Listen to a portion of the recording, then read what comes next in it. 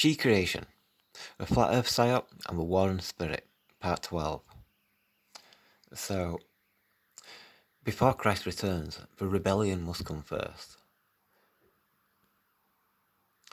So, we look at the truth movement, and that's the rebellion against the New World Order.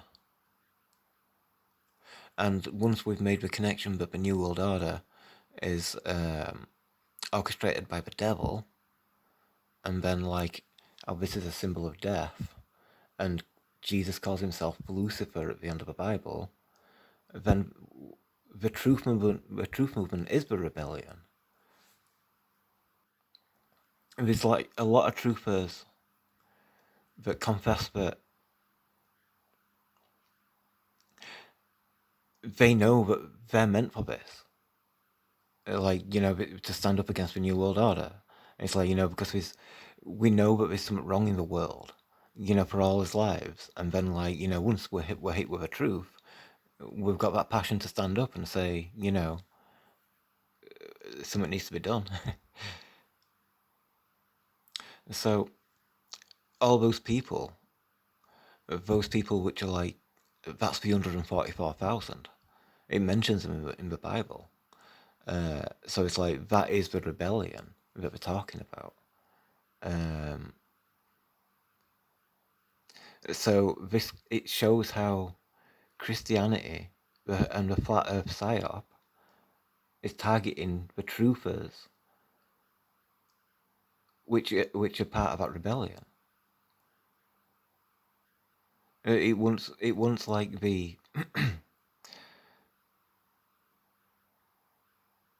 the light workers of the truth movement, those which are destined to fight against this, the New World Order and all that kind of thing.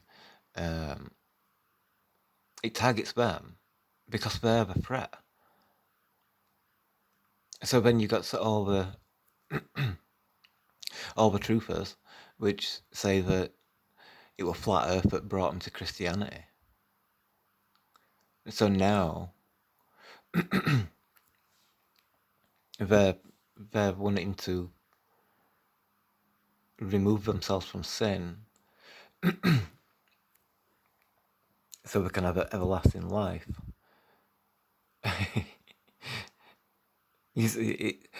Like I said, all the points that we've made about this, how it's like a vampire religion, how it leads to the undead, and there's more.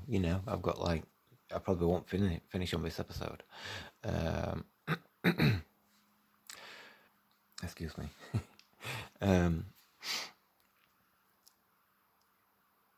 So yeah, we'll show more and have that in relevance and stuff. The secret to life in Jesus, doing one thing. This one thing I do, I press toward the mark. It says, so I press toward the mark, and it's got the arrow going to the cross. So that's the mark. So all those people which wear the cross on a necklace, you don't have to be on a necklace. Like we said, the armor of God, and it's kind of how it puts the cross on your chest, and it's you can feel it, you know what I mean, in that kind of sense and such. But that's the mark. And you consider it like this, and this is this is what it is. Christ is not an addition to life. He is your life. So it takes over your life. And there's more on that as well. And more one-eyed symbolism. It says, even in suffering, his love never turned away.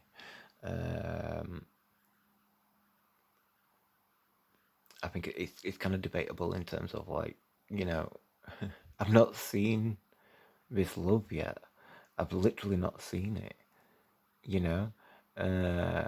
I'm just seeing the face of a deceiver with one eye, telling me he loves me in one way or another. But I'm not seeing it. I'm seeing the deceiver. How the deceiver tells you the promise of faith and trust and love and all those kind of things. They always use those lines. end times prophecy, the final rebellion. Um, that's the same person. But all the fire, all the military, all this kind of stuff. And globe propaganda as well. Who is raised in Revelation 20, beheaded for Jesus, who refused the beast and his mark. What does beheaded for Jesus mean? Beheaded for him? Or is that, do you remove those dots and beheaded, excuse me, beheaded for Jesus who refused the mark, the beast and his mark? I don't know. It's a little bit. Because beheaded for Jesus. If what are those people beheaded for Jesus because they refused the beast and his mark? You put it that way, and it sounds like he is the beast, and because you refused his mark, then he's beheaded you, and he does go by the name him. Tribulation martyrs, raised to reign. Raised to reign, because we're going to war against spirit. We, the people of this God. Not the resurrection of the church. I don't know what that means either. Your numbers on there and stuff. Fiery world,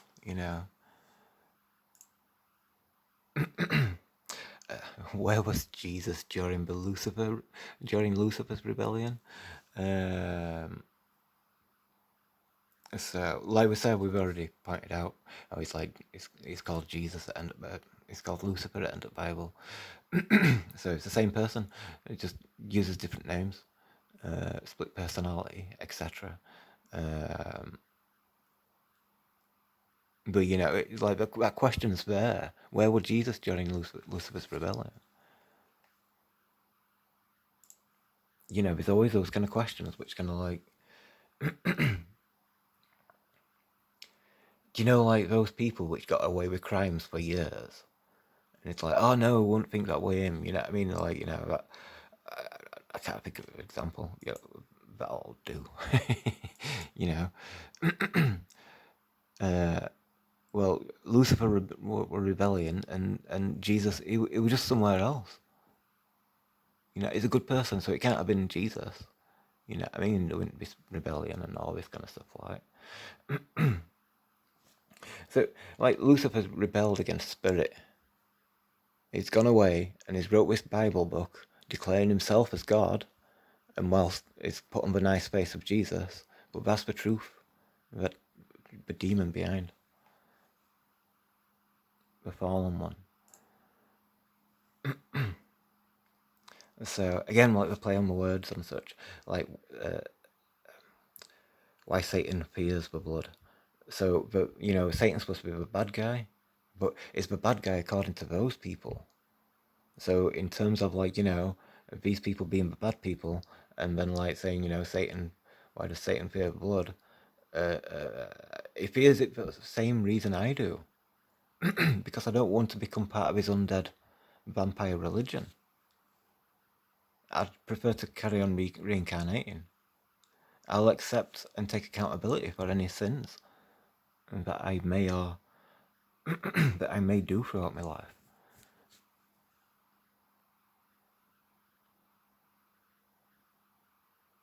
It's logical to fear that blood. It's dangerous.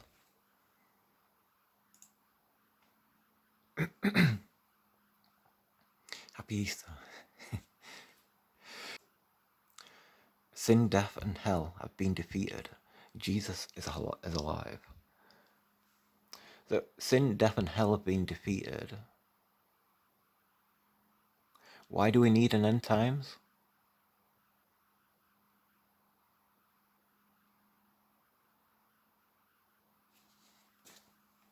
It don't make sense. It don't make sense. But Jesus is going to raise everybody from dead at end times when we're destroying everything, and our sea's going to be turned to blood and on fire, and everyone's going to be begging for death and stuff like. And Jesus is there, maybe getting ready for his wedding, you know what I mean, to have his wedding in front of everybody, who also were living like that. And, you know, I don't know how long it's going to be. It could be like, you know, for thousands and thousands of years that people are begging for death. It might be for eternity. You know what I mean? Like the aspect of like using the undead to march against spirit. So that's like one side of it. It's kind of like, you know, but is the devil going to fulfill his promise? Like once you've gone to war against spirit, is he going to make a nice world for you?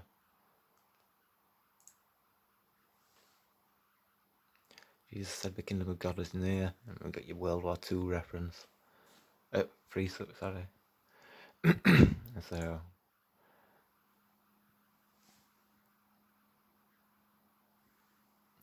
but the fearful and unbelieving, and hold on a second. Oh, we're no good. Half the words were missing.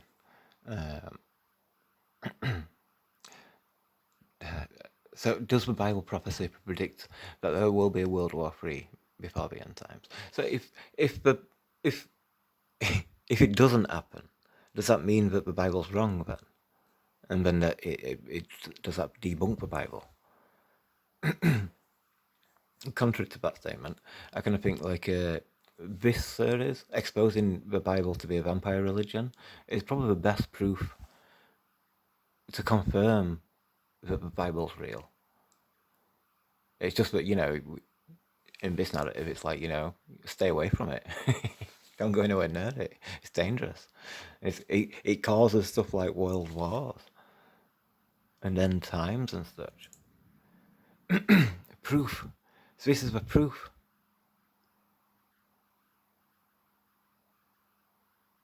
This is the proof of their God. I don't know. It's just I'm quite offended by it. It's like because generally Christians get quite defensive if you say anything off about it. But this is what they're ushering in, you know? They're manifesting this. They're praying for it.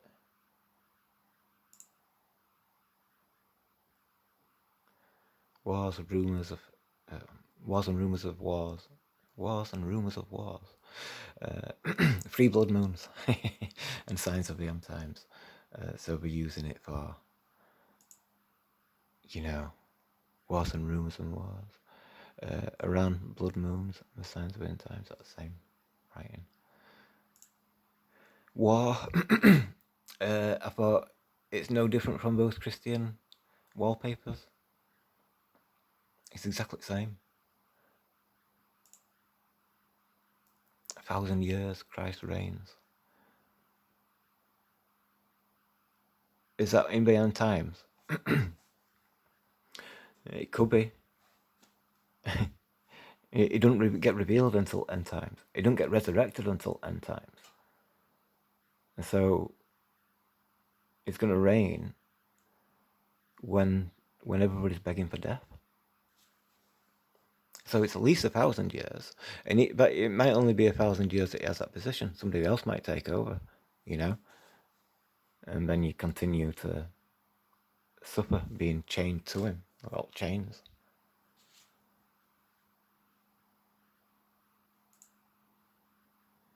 I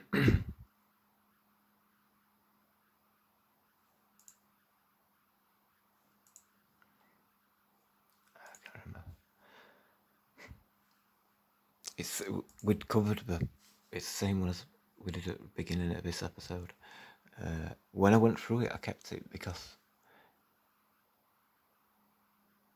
I felt it was relevant, but I can't find what it is now. It don't matter. Every sign we see today was written in the Bible long ago. Jesus is coming soon. And again, you've got all your war and disaster.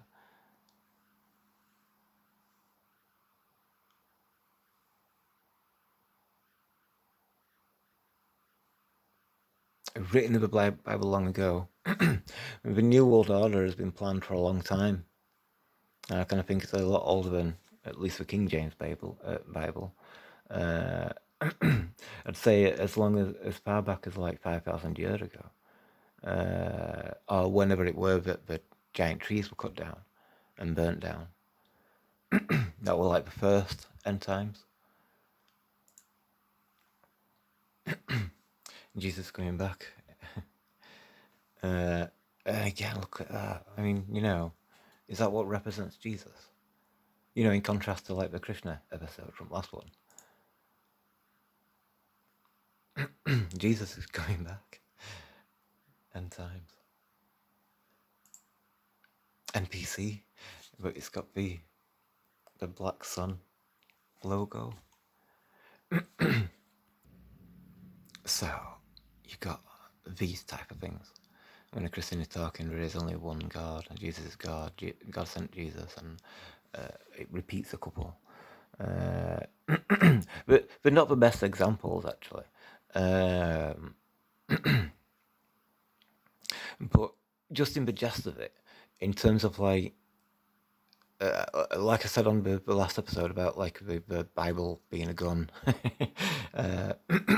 how your friends will see you differently, afraid that they've lost that person of who you were. You know what I mean? Because suddenly you'll be singing all the hymns and reciting and trying to get them into it and all that kind of stuff. And it's like it's that kind of thing, and it. In the aspect, like with the globe, there was the 12 Monkeys video, and it showed you the clips from the movie, and it's like Brad Pitt was playing the insane guy, and it's like going over all the. I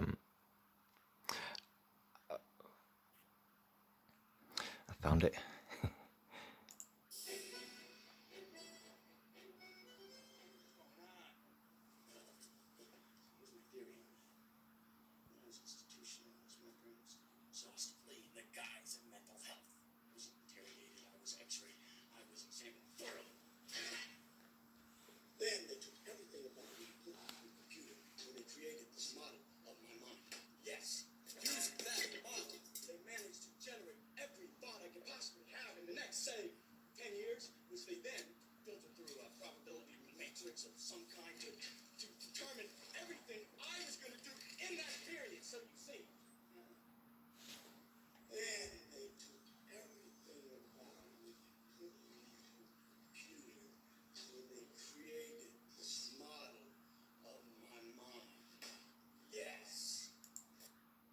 So